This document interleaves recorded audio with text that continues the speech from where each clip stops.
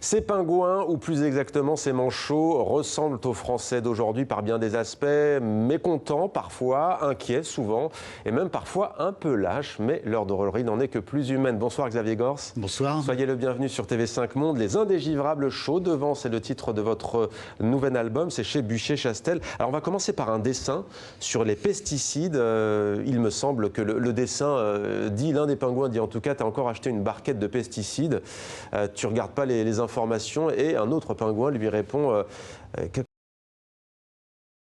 Voilà, c'est ça, oui. C'est une inversion des termes. Pourquoi ce dessin? C'était pour ironiser faut que je me rappelle parce que ça, il date déjà d'un petit Là, moment.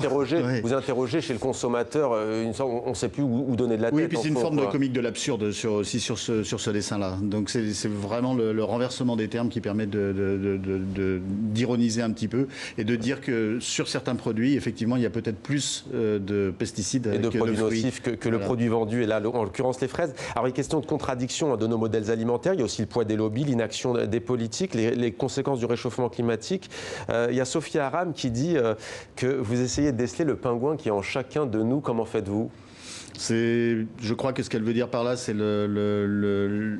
l'absurdité et les contradictions qui sont inhérentes à chacun d'entre nous. Donc le pingouin, c'est ce personnage un petit peu ballot, un petit peu contradictoire sur beaucoup de sujets. Contradictoire, par exemple, sur le fait qu'on dit que les États-Unis consomment, je sais pas, une planète par an, ou l'équivalent en tous les cas en termes d'énergie. Quand on voit vos fonds sur l'écologie, on ne l'est pas vraiment.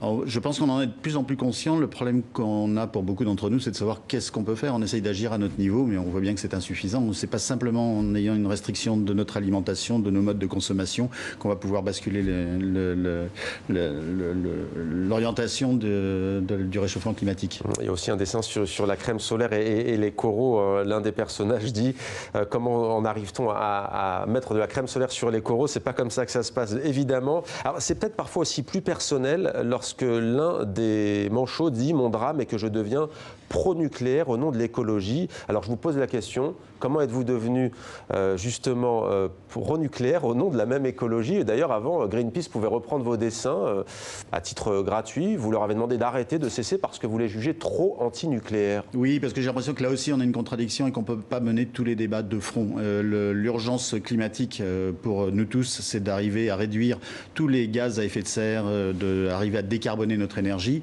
Et je ne crois pas qu'on puisse mener ce combat de front tout en menant un combat contre le nucléaire qui est une énergie qui ne produit pas ou peu de gaz à effet de serre et de carbone. Il y a un dessin où l'on voit un glacier se décrocher aussi et on persiste quand même à dire que c'est une fake news, une fausse information, le réchauffement climatique.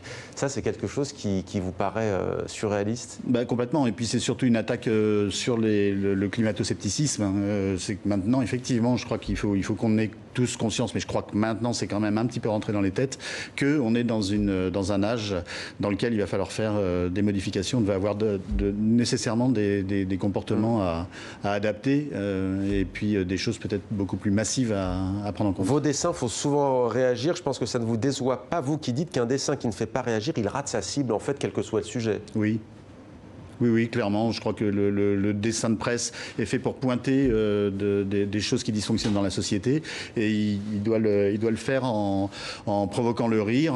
Donc le rire, c'est une réaction par rapport à la connerie. Et donc quand on marque sa cible, on provoque le rire. On peut provoquer aussi l'indignation, la colère, la contestation du dessin lui-même. Mais voilà, c'est le but du dessin. Et s'il fallait encore un argument pour nous convaincre de lutter contre les gaz à effet de serre, eh bien ce serait celui-ci. Sans banquise, il y aurait pu les manchots de Xavier Gors. Merci d'être venu sur notre plateau.